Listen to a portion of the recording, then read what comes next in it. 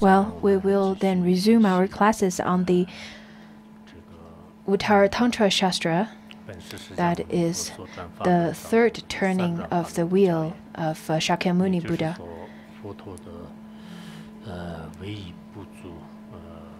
That is Maitreya Buddha's teaching of Uttara Tantra Shastra, which is to the addition of Shakyamuni Buddha's teaching to the third turning of the wheel of the Dharma. Uttara Tantra Shastra has 5 chapters, and it talks about the 7 Vajra points. That is the Buddha, Dharma, Sangha, and then in element, enlightenment, quality, and activity. So you should remember these 7 Vajra points. The first chapter is rather a general chapter, and then in the later chapter, it talks about the Tathagata Garbha and then the activity. Last time our class was in the end of May. We've already learned the previous part of this Shastra. Uttara Tantra Shastra is rather different than the ones of practicing texts. I think nowadays the Buddhists are rather really enjoy those very simple teachings, such as the preliminary teachings or the words of my perfect teacher and Bodhisattva Charavatara. In fact, Uttara Tantra Shastra is not considered as the most difficult, but some Buddhists would consider that this is rather very difficult already. Usually when I give teachings on the words of my perfect teacher or some very simple teachings or give teachings on the sutras, it usually draws lots of audience. However, Uttara Tantra Shastra, for such a profound teaching, we don't have that many audience. The second and the third, especially the third turning of the wheel, is really necessary. But I think for lots of Buddhists, for lots of practitioners, maybe you don't listen to this class particularly with lots of attentiveness. Of course, for those of you who attend this class, I would say that you have lots of faith. You have lots of veneration towards this teaching. So my talk today is not really towards those of you who are listening and participating in this class. I myself, in fact, I am quite aware that in this dark age, whenever giving teachings of the profound Dharma, people tend to either give up halfway through, lost confidence, or they wouldn't even start listening to begin with. But I really hope for those of you who are listening, especially for those of you who already started this class, I really hope that you persist all the way till the end. For me, if you attend or not, it really doesn't matter to me. whether you're attending this in the shrine hall or you're attending this class online, this number doesn't make any difference to me. But I really think this is for your own benefit, because in one's lifetime, to encounter such profound Dharma is quite rare, and you should cherish such opportunity. Compared to other eras, other times, we have the skillful means of technology, we have the skillful means of internet, and through such skillful means, you will be able to listen to this teaching. But we never know how long we'll still have such favorable conditions to us, so that we'll continue to listen to this teaching. And you should really contemplate on that, because once you lost such opportunity, it would be too late for you to feel regretful. It's just something I would like to note before the actual teaching. So now let's continue with the actual teaching. In the previous classes, we've already studied the merits of the jewel of Buddha, which is 8, and then the Sangha, that is 8, the Dharma, that is 8, and then the Sangha, that is 6 or 4 or 2. Anyhow, for the Sanghas who is already attained the wisdom of omniscience and the suchness, those are the ones that we should take refuge to. Now, we are on the third part, where it talks about the explanation of the way that they realize the wisdom of omniscience. Over here, it talks about the wisdom of omniscience and wisdom of suchness, as well as the self-aware primordial wisdom. So it has the 4 aspects. The first one talks about the explanation of the way that they attain the wisdom of omniscience. At first, we studied the wisdom of omniscience of the Buddha, but over here we're going to study such wisdom of the Bodhisattvas.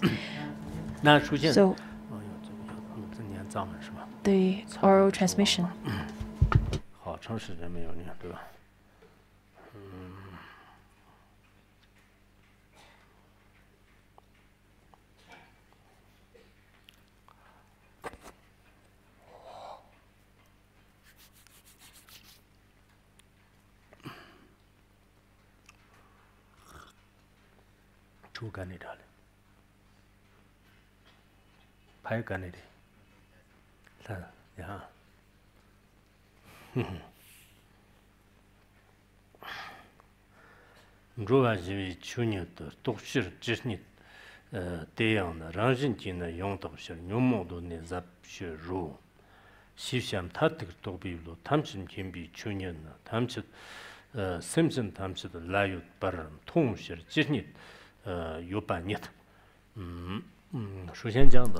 First off is the wisdom of omniscience. Over here it says, realizing beings in their state of peace, the noble ones attain the wisdom of omniscience, for the mind is by nature utterly pure, and the poison were always exhausted. For the ones who've already attained the noble, creation, they've attained the wisdom of omniscience. And this kind of wisdom is knowing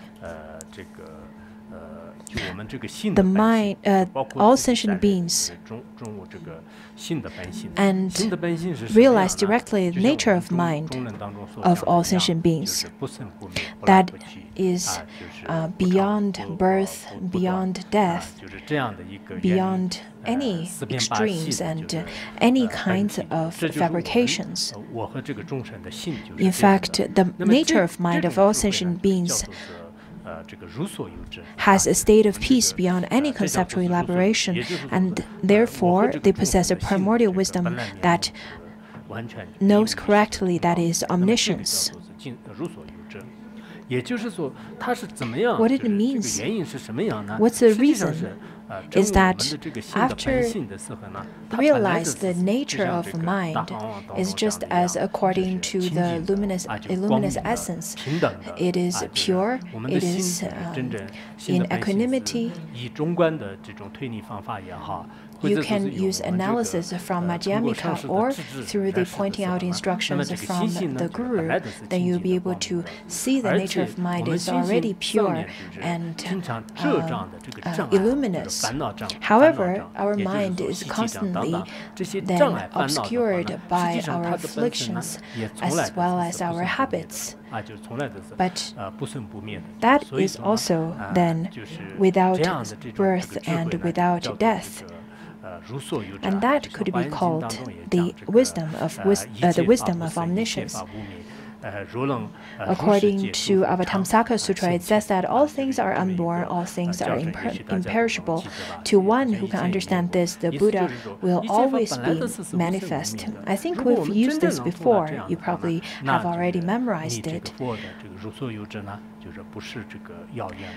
What it means is that once you understand this kind of nature, then you're not far away from the Buddha.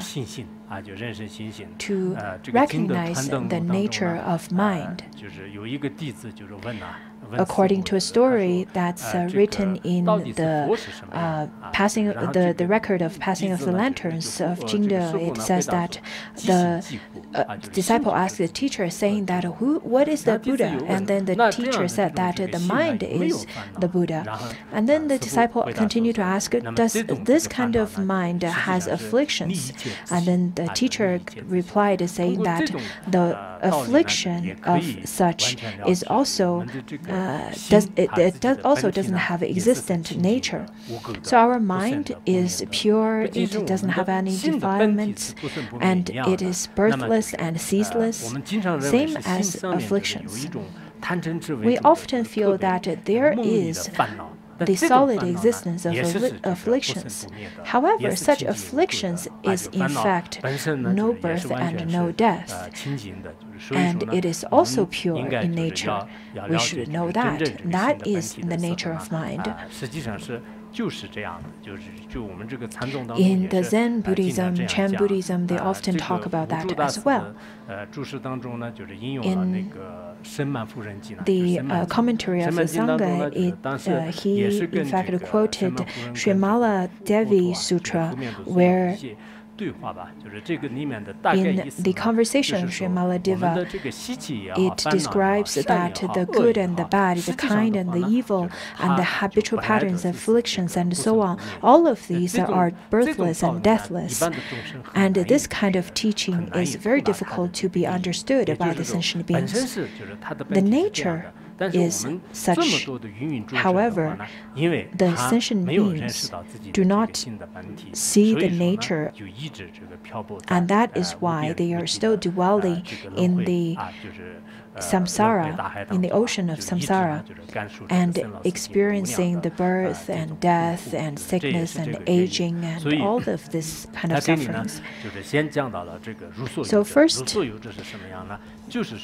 it talks about the wisdom of omniscience, where it talks about the nature of self and all sentient beings.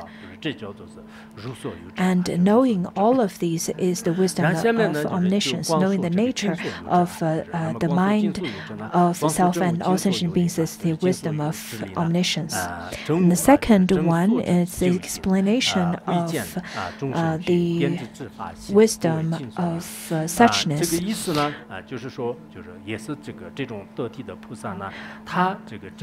It says that their understanding, which realize knowable as well as its ultimate condition, sees that the state of omniscience is within all beings, and the noble ones knows completely.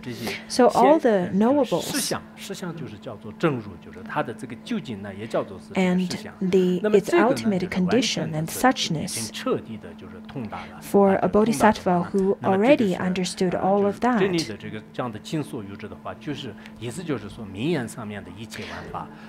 And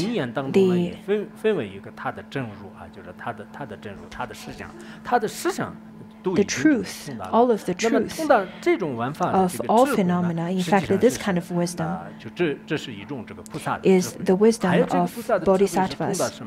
And the bodhisattva's wisdom is knowing that the wisdom is knowing that all sentient beings in the three realms, they have the Tathagata-garbha. They have the merits, they have the treasure of the merits of Tathagata-garbha, and that is all pervasive in all sentient beings. The merit of Tathagata-garbha is all pervasive of all sentient beings. Once you understand that, that is the wisdom of that is the wisdom of omniscience. Pardon the interpreter. In fact, the previous one talks about the wisdom of suchness. So this part talks about the wisdom of omniscience. So understanding the knowledge of all phenomena is the wisdom of omniscience, and knowing the nature of mind of self and all sentient beings is the wisdom of suchness. This kind of wisdom of Tathagata-garbha is over here in Uttara Tantra Shastra. When we talk about the wisdom of omniscience and the wisdom of suchness, in fact, it is a bit different than those of in other sutras and shastras.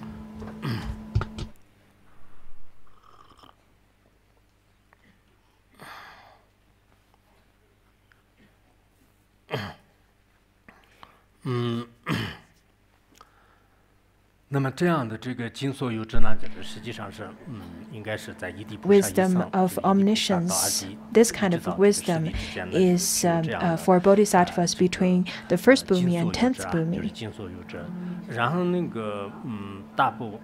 According to the great Mahaparinirvana Sutra, it is says that because the sentient beings has mind, therefore they can then attain anuttara samyak sambodhi.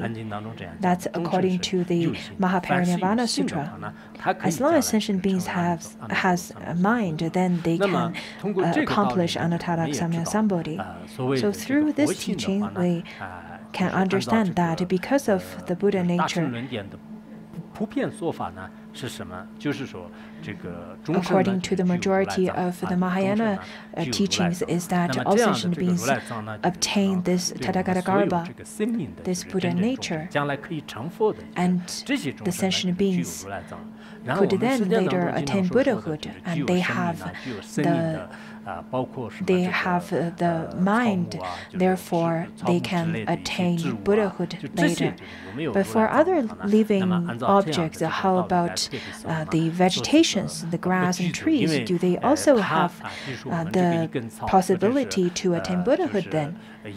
Well, according to this teaching, a rock, a grass, a tree, can they become Buddha later? From this angle, then we'll be able to understand that it is not possible. But of course, there are some sutra that talks about there are the enlightened ones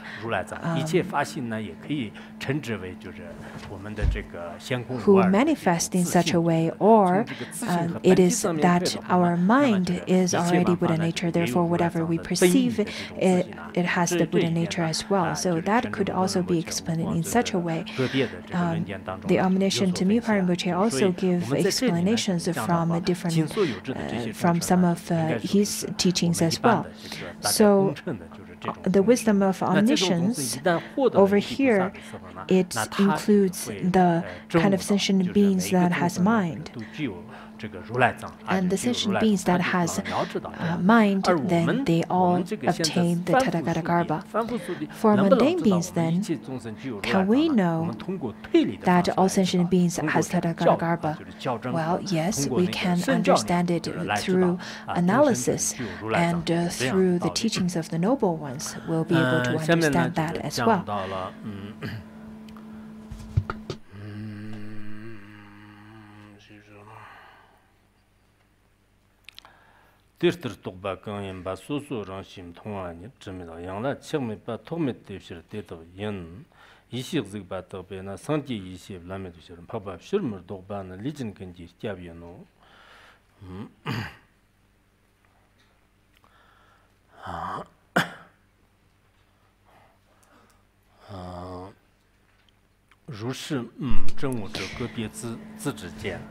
Such realization is the vision of wisdom that is self-aware. This wisdom is pure since it sees the undefiled expanse, free from attachment and obstruction. The ones who already obtained the wisdom of omniscience and suchness, then through their self-aware wisdom, they can then perceive that with correctness that all sentient beings obtains the nature of Tadagarbha. This kind of undefiled expanse, this kind of bodhisattva who already then understood all the nature, then they already transcend the obstructions of habitual patterns as well as afflictions. So wisdom of omniscience and wisdom of thusness,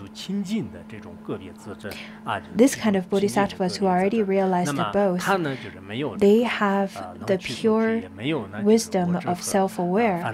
They don't have self-grasping, and they don't have any of the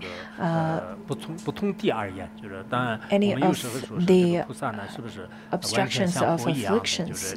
Of course, this kind of bodhisattvas is not as pure as the Buddha, but compared to the mundane beings, they've already then cut through all the afflictions that's beyond the mundane beings' understanding. They can then perceive the world and not have any of the deceiving thoughts about this world. So they can see the nature of all phenomena, unlike all of us. A lot of times we, in fact, would have many wrong perceptions, wrong concepts, and wrong thoughts. In fact, sentient beings who are still dwelling in the samsara, we're really suffering a lot. We, the poor beings, are not in control of our body, and more importantly, we are not in control, and we don't have full freedom of our mind. Even for those of us who've already practiced for a long period of time, not only that we do not progress, we retrogress from the path. And some of the practitioners, they would fall into the 3 lower realms. They've already retrogressed to that extent, but without knowing such. So it's really envious for us to see that all the bodhisattvas who attained the bhumis, and they would perceive all the phenomena with the truth, with the correct view, and they do not have any anxiety. They don't have any of those defilements. They may appear the same as mundane beings or even animals, but their mind is completely free. For some practitioners who've practiced for 8 or 10 years, and they've probably already attained some levels of realization or some levels of freedom. So over here, we're hearing some of the realizations of the noble ones, of the ones who attained some realization, and I feel really envious practice of them.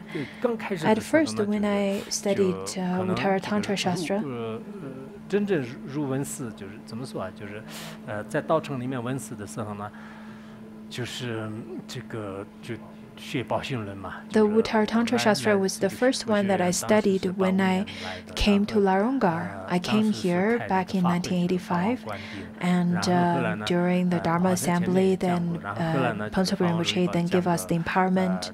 He then started giving teachings of the adornments of Madhyamika. After that, he went to Shinlong County and gave some teaching. He went there with some Khenpos. Some of the Khenpos at that time, those so-called Khenpos at that time, they were the ones who only studied for only a year or two. Some said that they were Khenpos, but in fact they didn't really study for that long period of time compared to now. Even compared to our system now, you would have to study for a long period of time to become a Khenpo. But there are Khenpos who then studied for a long period of time and been studying with Pansapa Rinpoche since the 60s or 70s. So at that time, Pansapa Rinpoche then went to a valley with a group of us. I think there were less than 70 people. Even all of us are gathered together. It's probably just as a group of class, which is a medium-sized class. So back in 1985, when I first studied the Uttara Tantra Shastra as well as the ornament of Madhyamika and Bodhisattva Charyavatara and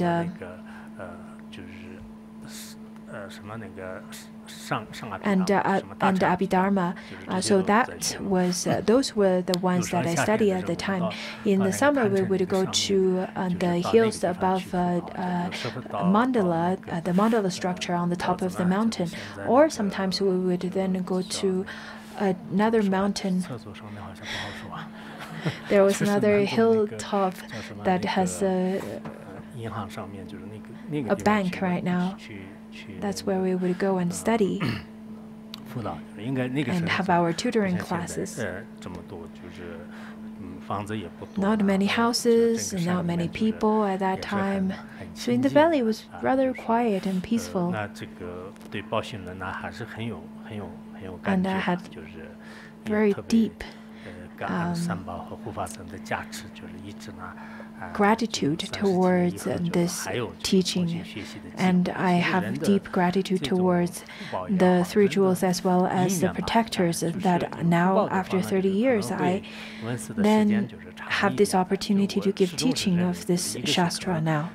I think it is really based on everyone's different merits, because there are people who then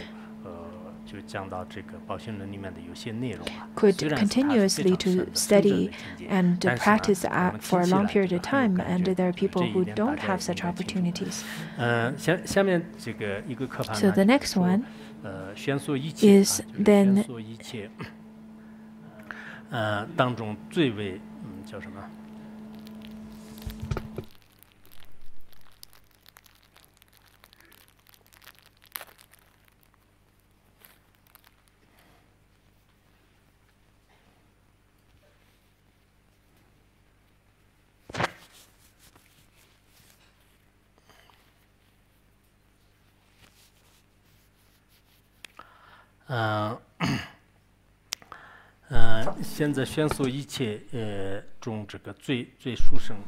Now explanation of its being a sublime refuge.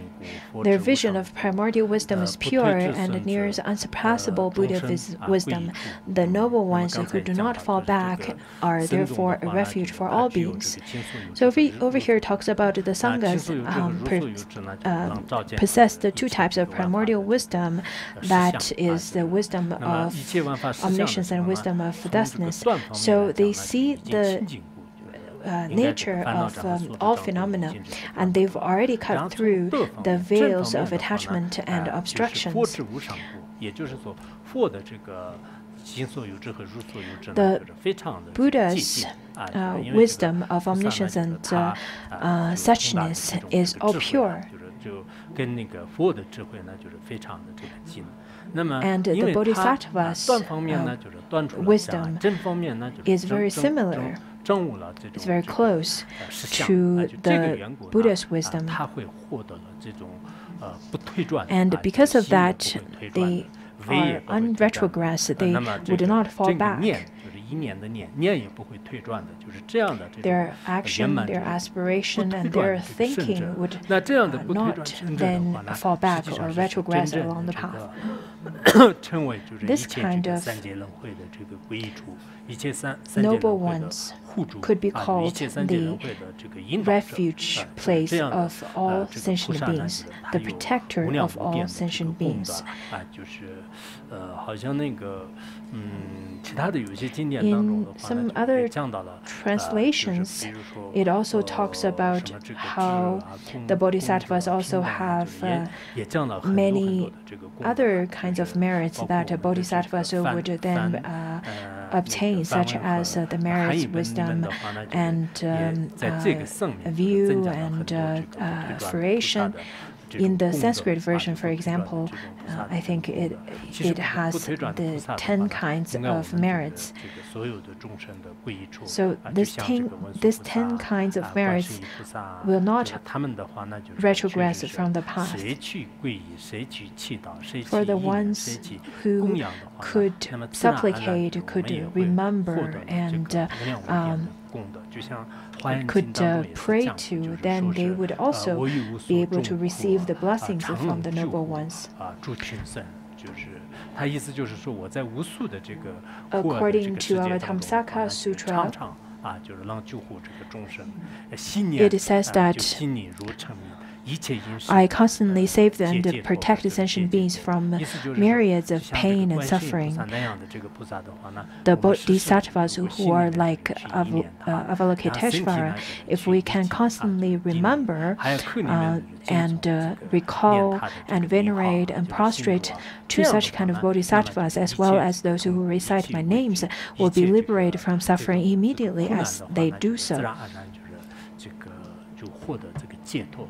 They will be liberated from such sufferings right away. Why we often say that you should pray to the 3 jewels constantly? Because to the mundane beings, when you encounter difficulties, when you encounter obstacles, then when you can supplicate one-pointedly to the Buddhas and Bodhisattvas and practice accordingly, then all such obstacles and difficulties, hardships will naturally disappear. Otherwise, many people in our group, we have not received the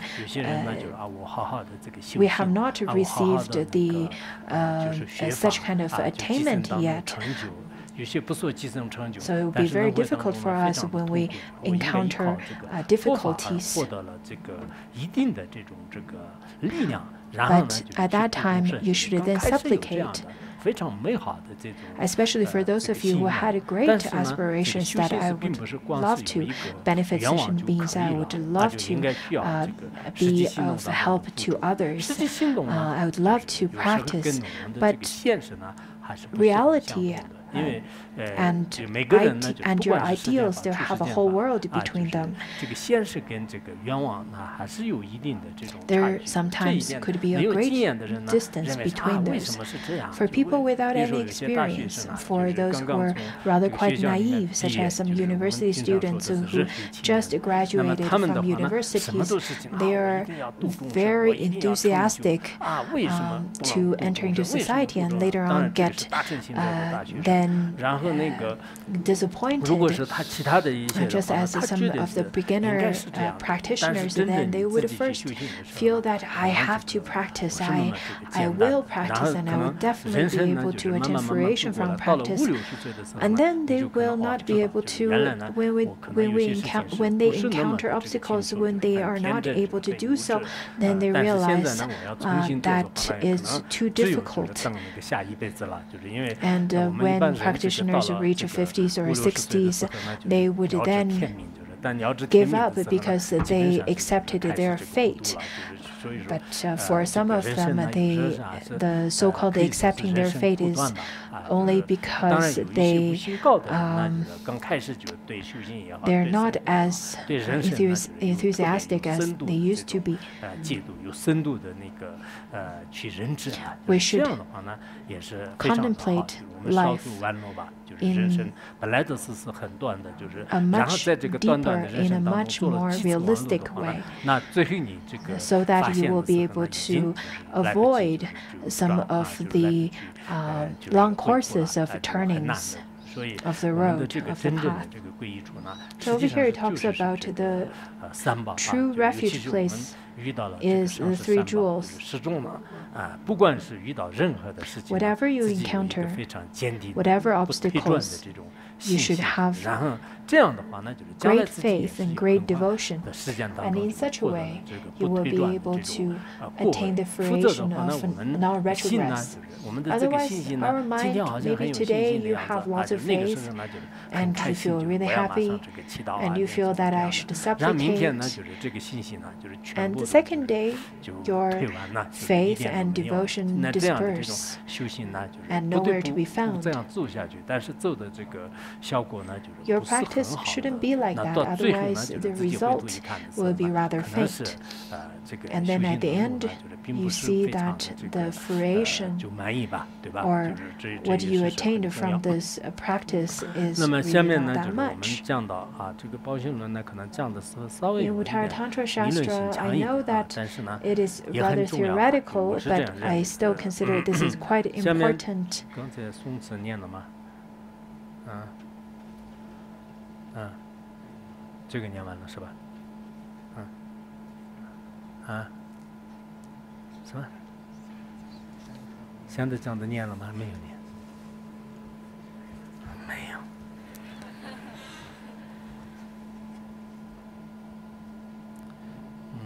一些嘴巴都不能行。东巴，东巴东巴，东西，头巴什么东西，什么没有念啊。木巴那么就往些呢，讲什么那么。那不是把烟呢，帮些了为求进去，没些人几个当批比些人，去那么你当跑比错，但你讲就马烟喏，这样的。下面是这个以佛法弟子啊，心基于三乘，以及这个三作用中， is that there being the teacher, his teaching, and his disciple 他这里呢，就是说这个。leads to respective aspiration towards the three vehicles and to three different activities of veneration. Viewing this, the refuge is shown as threefold. Over here, this is in fact the second part that talks about the three refuge. It's the necessity to present three types of refuge. 三个方面的。首先，第一个的，就是说。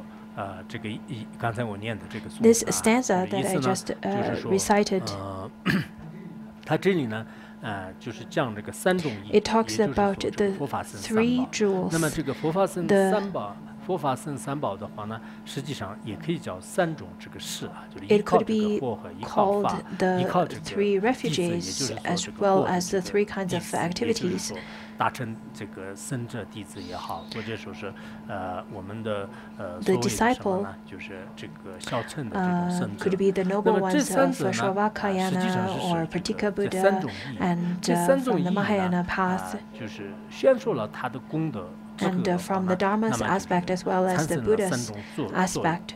From the three aspects, it talks about how it has the three aspects. The Mahayana would then give rise of faith to the Buddha. They see the Buddha as the supreme among gods and humans, and it has such aspiration of veneration or the activities of veneration. Some of the translations would differ on how to translate that word, activity or aspiration or merits. There are different translations. Anyhow, the Mahayana practitioners, they have such aspiration because they then venerate as well as make aspiration of become the supreme among the gods and humans. The next one then talks about the merit of the Dharma, which has also 8 kinds of merits. And the Pratika Buddhas, they do not rely upon other people, rather they rely upon the practice of the cause and the teachings of cause and conditions.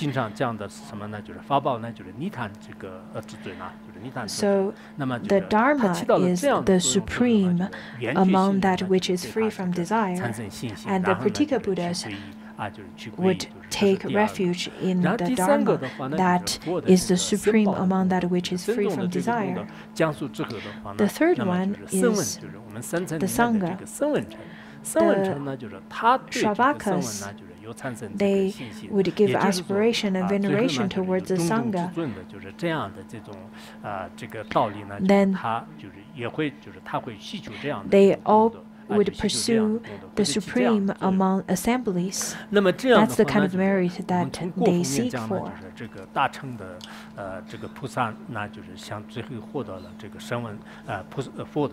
The Bodhisattvas seek for the fruition of Buddhahood, and then the Pratika Buddhas seek for the teachings of the Dharma that is supreme among that which is free from desire, and the Shravakas, they seek for they seek the veneration or the merit of veneration towards the Sanghas, and the merit of being the supreme among assemblies, so that then they pursue the fruition, the 4 kinds of Shravaka fruitions. There are the ones who are just as the Bodhisattvas, they would take refuge to the Buddha, and the Pratika Buddha group, they would take refuge to the Dharma, and then the Shravakas would take refuge to the Sangha. And there are the ones who would take refuge to the Buddha and the Dharma and the Sangha. So the rest, so the ones in our assembly, you've already taken refuge in the 3 jewels, that's the Buddha, the Dharma, and the Sangha, then you've attained all the 3 kinds of affiliation. But honestly speaking, there are the ones who have more of a tendency to have respect or veneration towards the Buddha, and the ones who have a more tendency to take refuge in the Dharma, such as some scholars and academics, they're not interested in the Buddha, they only are interested in the Dharma.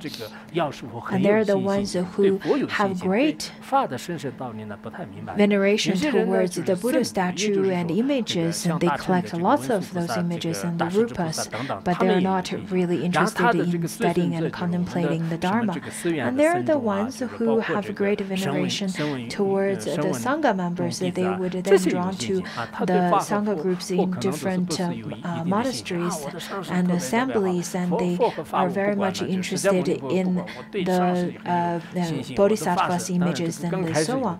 And they're the ones who have great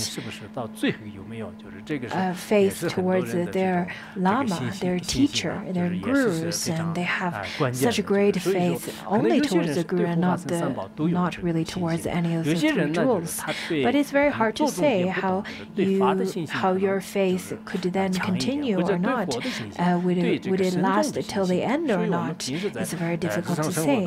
So in our daily life, there are the ones who have the tendency of giving rise to faith towards any of the three or all the three. In the Mahayana Sutra of Mind Contemplation, it talks quite a bit about the merits of the Buddha, the Dharma, and Sangha. In the Buddha, it talks about the 6 kinds of merits, and in the Dharma, it talks about the 4 aspects of the merits of the Dharma and the 3 aspects of merits of the Sangha. It talks about the Sangha's merits is immeasurable.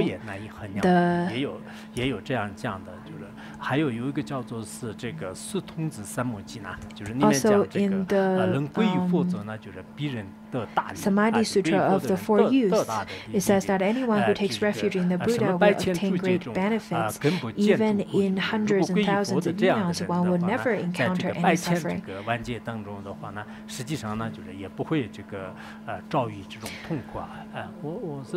I really have deep understanding and deep insights of this, is that whatever afflictions arise, whatever suffering arise, if you have the 3 jewels, then if you take a refuge in the Buddha, then you will be able to then get relieved from such suffering very easily. Of course, there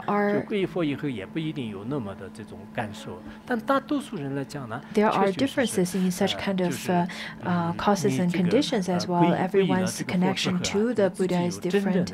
There are people who've taken refuge vow but still not relieved from their suffering. But I think for majority of the people, their sufferings are relieved because of the 3 jewels and because of the Buddha.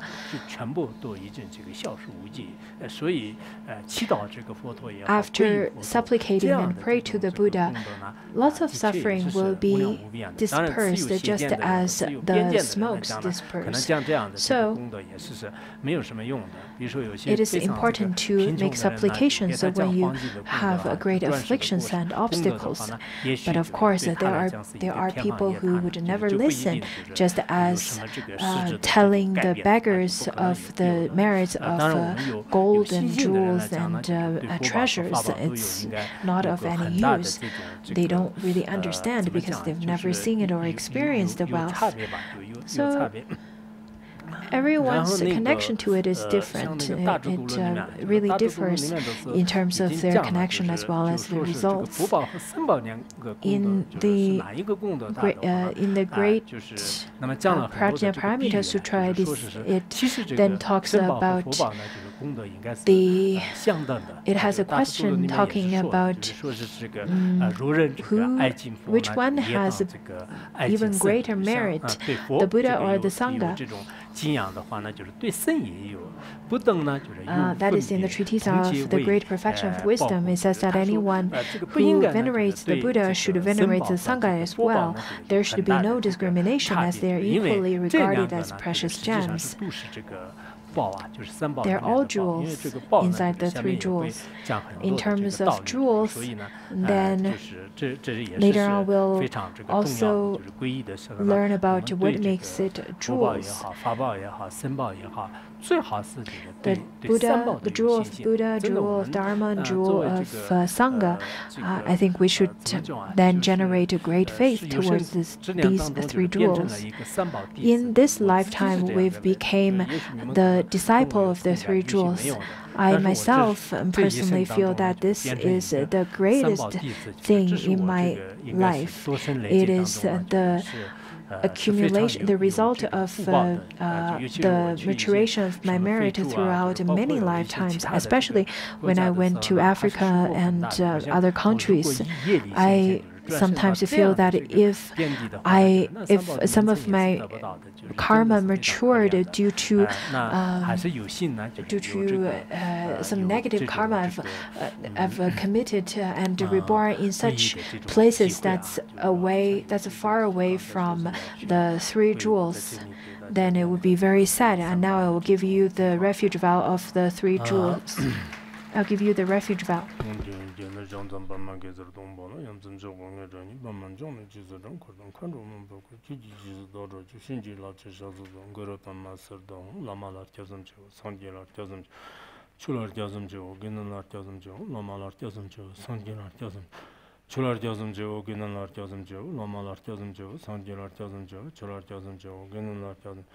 Namo Burdaya, Namo Dharmaya, Namo Burdaya, Namo Dharmaya, Namo Burdaya, Namo Burdaya, Namo Dharmaya, Namo Sangaya, Namo Burdaya, Namo Dharmaya, Namo Sangaya, Namo Burdaya, Namo Dharmaya, Namo Sangaya, Chumji Tsurum Chomeja, Tsurum number Tatan, Nanzame, but Tsurumji, Tsurum Paroshan Zosho, Kilata, Sura, the Pinito Sogando, Nipuzat, Nano Gurpunda to Java, don't you know, Treasure Baron Zato Sur. Someone asked me for a refuge vow, so I just give you the refuge vow. And now,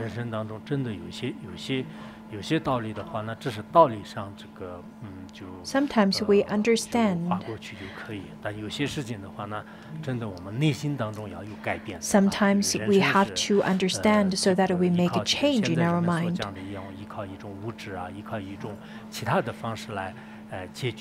People nowadays tend to rely on materialistic means to then resolve their suffering.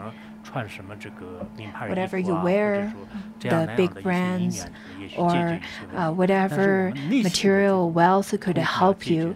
Yes, it could help some of the difficulties in your life or suffering in your life, but to completely alleviate your suffering as well as your fear, then you have to rely upon the blessings of three jewels. The next one talks about how the jewel of Dharma and jewel of Sangha is not the ultimate refuge place. It then says that the Dharma will be abandoned and is of an unsteady nature. It is not the ultimate quality, and the Sangha is still with fear. Thus, the two aspects of Dharma are the assembly of noble ones do not represent the supreme refuge, which is constant and stable.